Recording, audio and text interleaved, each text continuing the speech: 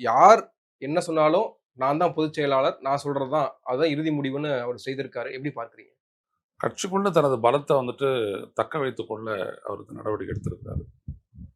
ஆனா ஒரு கட்சி ஒரு ஜனநாயகபூர்வமான அனைத்து இந்திய அண்ணா திராவிட முன்னேற்ற கட்சி என்ன பண்ணியிருக்கணும் அப்படின்னா, இந்த மாதிரி ஒரு கட்சி தொடர்பான ஒரு முக்கிய பிரச்சனையை நீங்க நேரடியாக செய்தியாளர்கிட்ட பேசுனது தப்பு.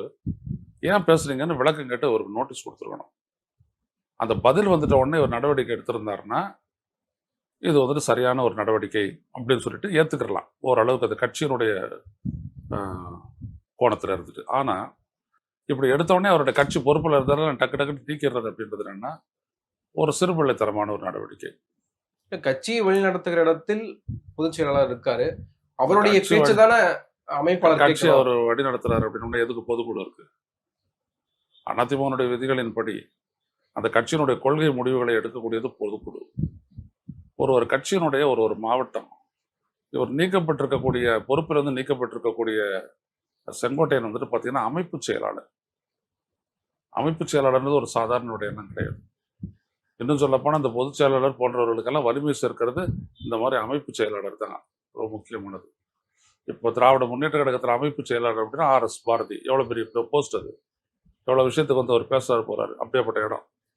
இவர் வந்துட்டு எல்லாம் 4 நாள் அழகுராஜன்ற மாதிரி எல்லாத்தையும் இவரே பண்ணிக்கிறாரு எடப்பாடி பழனிசாமி.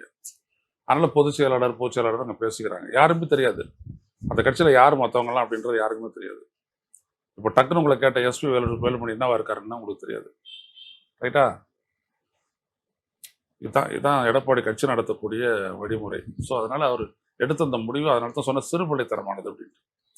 ஒருத்தர் ஒரு கேள்வி எழுப்புறாரு, இந்த கட்சியை பலப்படுத்தணும், இந்த கட்சி பலவீனப்பட்டு நிற்குது, கட்சியிலிருந்து வெளியேற்றப்பட்டவர்கள், வெளியேறியவர்கள், இவங்கெல்லாம் வந்துட்டு நீ சேர்த்துக்கணும், யார் விரும்புகிறாங்களோ அவங்கள சேர்த்துக்கணும், அவங்களெல்லாம் சேர்த்துக்கிட்டு கட்சியை பலப்படுத்தி ஒரு பலமான கட்சியாகி தேர்தலை எதிர்கொள்ளணும், இல்லாட்டி திமுகவை தோற்கடிக்க முடியாது அப்படின்னு எனக்கு செங்கோட்டையன் சொன்னார்.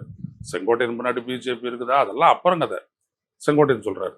அப்ப என்ன அப்படின்னா இவரு கேட்கணும், எப்படி நீ சொல்ற, என்ன விளக்கம் கொடு அப்படின்னு வரும்போது அவர் சொல்லுவார் இல்லையா, உங்களை நாங்கள் சந்திச்சு பேசணும், நீங்க காதல போட்டுக்கல, அதனால தொண்டர்களுக்கும் மக்களுக்கும் ஒரு செய்தியா நான் இதை கொண்டு போனேன் அப்படின்னு சொல்லும் போது இதை நான் கட்சி ஏத்துக்கிறல, அவர் பொதுச் செயலாளர் நான் நீக்கிறவன அப்படின்னா அது வேற விஷயம். அப்படி எதுவும் செய்யலையே.